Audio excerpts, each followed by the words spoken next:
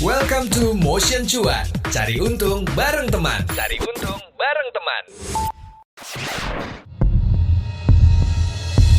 Rasain nih panasnya rokok gue. Pembajakan! Lepas! Diam! Dengarkan podcast Tinggal Nama setiap hari Selasa dan Kamis. Persembahan Video Podcast Network by KG Media hanya di Spotify. Saat semuanya sudah terlambat.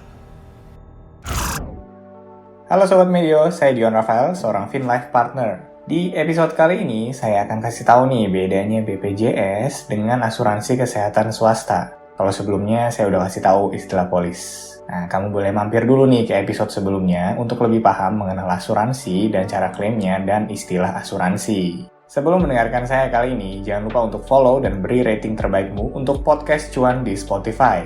Serta nyalakan notifikasinya ya, supaya kamu bisa terinfo setiap ada episode terbaru yang tayang di setiap hari Rabu dan Jumat. Gak cuma ketika di pandemi aja, kamu juga harus melindungi diri dengan asuransi kesehatan. Karena memiliki asuransi kesehatan, khususnya asuransi kesehatan swasta termasuk hal yang penting, guna melindungi diri dari berbagai macam resiko dan juga penyakit hingga kecelakaan. Karena seperti yang kita tahu nih, bahwa musibah berupa penyakit atau kecelakaan gak ada yang tahu kapan datangnya. Tidak hanya masalah perlindungan jiwa, terkait biaya pelayanan kesehatan saat ini pun terbilang sangat mahal, sehingga memiliki asuransi kesehatan swasta menjadi salah satu pertimbangan utama. Pertanyaannya, kalau sudah punya asuransi kesehatan BPJS, apa belum cukup? Nah, dalam podcast ini, saya akan memberikan perbandingan BPJS dan asuransi kesehatan swasta. Simak ya!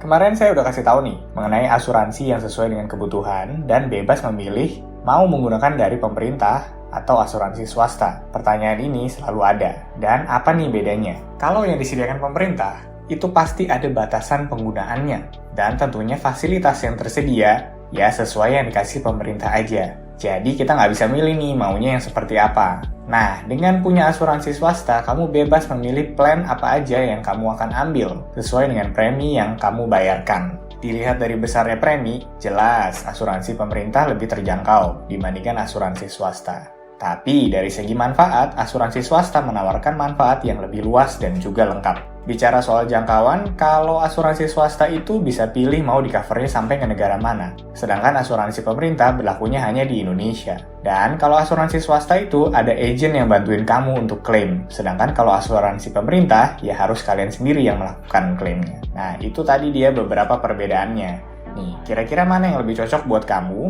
Ya, kamu lihat sendiri nih plus minusnya. Tulis aja gitu ya, jadi kelihatan. Mengenai kelebihan dan juga kekurangan BPJS. Yang pertama mungkin BPJS dulu kita bahas. BPJS itu ekonomis dan wajib punya juga ya, karena ini bisa berguna untuk rawat jalan kalian. Nah, kekurangannya kalau menurut saya sih lebih ke arah fasilitasnya aja, dan alur klaimnya itu lebih panjang. Nah, kalau kelebihan dan kekurangan asuransi kesehatan swasta, kekurangan dari asuransi swasta, kekurangannya dulu kali ya. Kekurangannya adalah banyak dari asuransi yang ditawarkan itu nggak sesuai dengan manfaatnya, jadinya nggak kepake. Kelebihan manfaatnya adalah dia lebih luas manfaatnya, dan juga banyak pilihan sesuai dengan kebutuhan dari customer. Lanjut, lebih baik mana nih? Memiliki dua asuransi dari pemerintah atau swasta, atau hanya memilih satu asuransi? Menurut saya sih dua itu lebih baik ya, karena kalian harus selalu ada backup. Masing-masing punya kelebihan dan kekurangan. Dan kalau kalian bisa dan mampu, saya saranin banget untuk punya asuransi swasta yang bisa diandelin ketika resiko semacam sakit itu menimpa.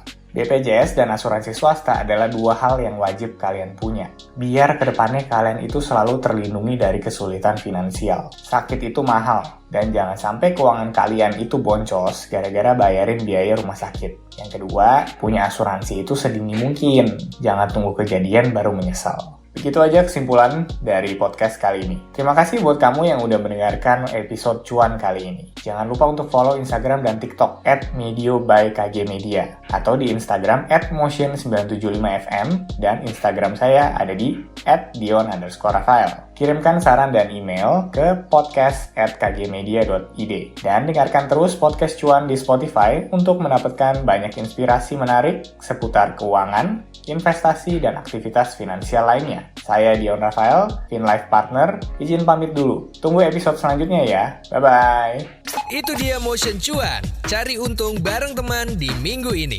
Sampai ketemu di episode minggu depan.